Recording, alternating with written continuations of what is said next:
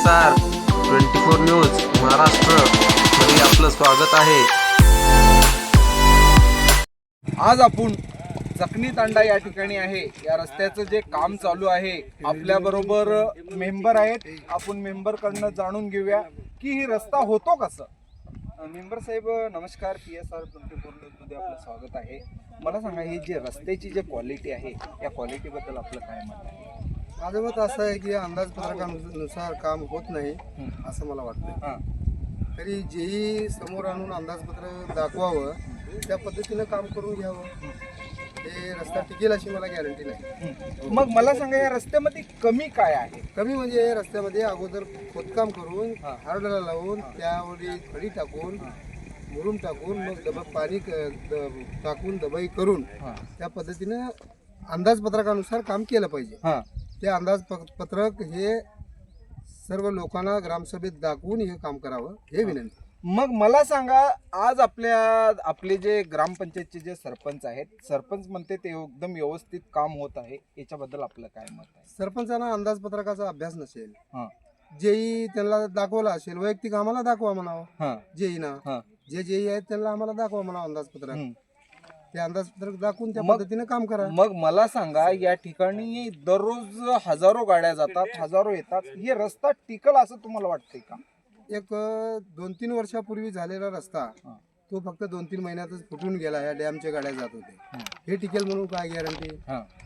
त्या पद्धतीनेच काम चालू आहे। मागं जे काम झालं त्या पद्धतीनेच चालू आहे, अंदाजपत्रानुसार काम नाही। मला सांगा, आपण गुत्तेदाराला काय अल्टिमेटम द्यायचा?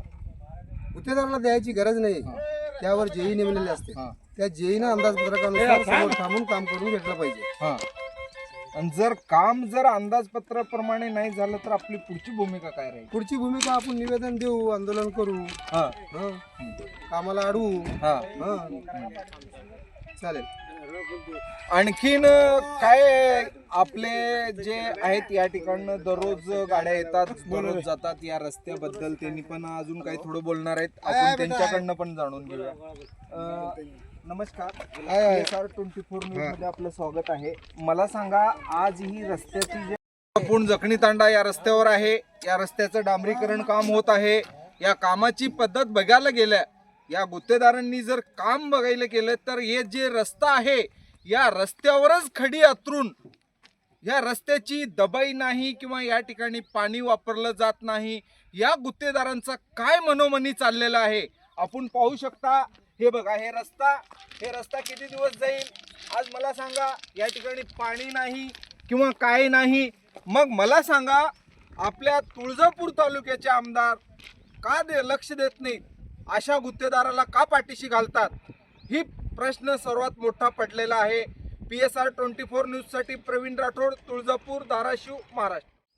हे रस्ता ताबडतोब करून घेण्यात यावं, ही मागणी आहे आमदार साहेबांना। चांगल्या पद्धतीने करून चांगल्या पद्धतीने करून घ्यावं हीच विनंती।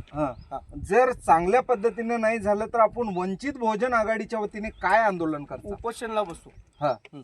आमची मागणी आहे, उपोषणला बसू। हे रस्ता ताबडतोब नाही झालं तर उपोषणला बसू, बसण्यात येईल इशारा देऊ। जखनी तांडा या ठिकाणं जे डांबरीकरणाचा रस्ता जे आहे, फक्त या रस्त्याला फक्त गोलमाल करून या ठिकाणी खडी वापरलं जात नाही, या ठिकाणी पाणी वापरलं जात नाही, या ठिकाणी मुरुम वापरलं जात नाही, फक्त अंदाजपत्राप्रमाणे काम होत नाही। PSR 24 न्यूज साठी प्रवीण राठोड, तुळजापूर, धाराशिव, महाराष्ट्र।